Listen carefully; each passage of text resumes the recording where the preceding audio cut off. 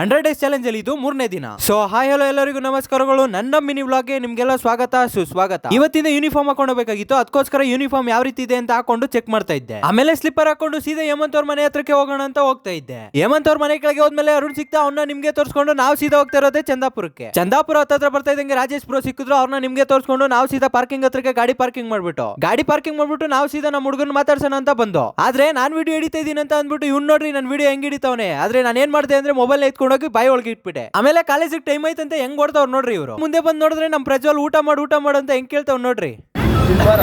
ತಿಂದೆ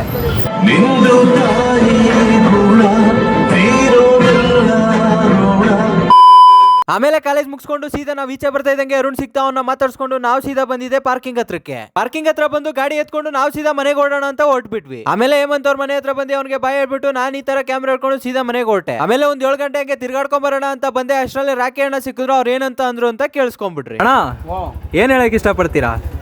ನಾನಾ ತಮ್ಮ ತುಂಬಾ ಕಷ್ಟ ಪಡ್ತಾ ಇದೀಯ ಪಾಪ ನೀನು ಬೆಳ್ಸಕ್ಕೋಸ್ಕರ. ಸಪೋಸ್ ಮುಂದೆ ಏನಾದ್ರು ಗೆದ್ರೆ ಪಾರ್ಥ ಆಗು, ಸೋತ್ರೆ ಕರ್ಣ ಆಗು. ಸೋತ್ ಗೆದ್ರೆ ಮಾತ್ರ ಮರಿದೆ ತೊಡೆ ತಟ್ಕೊಂಡು ಹೇಳೋ ನಾನು ಅಶ್ವತ್ಥಾಮ. ಥ್ಯಾಂಕ್ ಯು ಅಣ್ಣ. ಸರಿ ಬರ್ಲಾ? ಸರಿ ಅಣ್ಣ ಬಾಯ್. ನಮ್ಮ ಅಣ್ಣ ಹೇಳಿದ ಮಾತು ಕೇಳಿಸ್ಕೊಂಡು ಮನ್ಸಿಗೆ ಸ್ವಲ್ಪ ಖುಷಿ ಆಯ್ತು. ಇಷ್ಟ ಹೇಳ್ತಾ ಇವತ್ತಿನ ಮಿನಿ ವ್ಲಾಗ್ನ ಎಂಡ್ ಮಾಡ್ತಾ ಇದ್ದೀನಿ.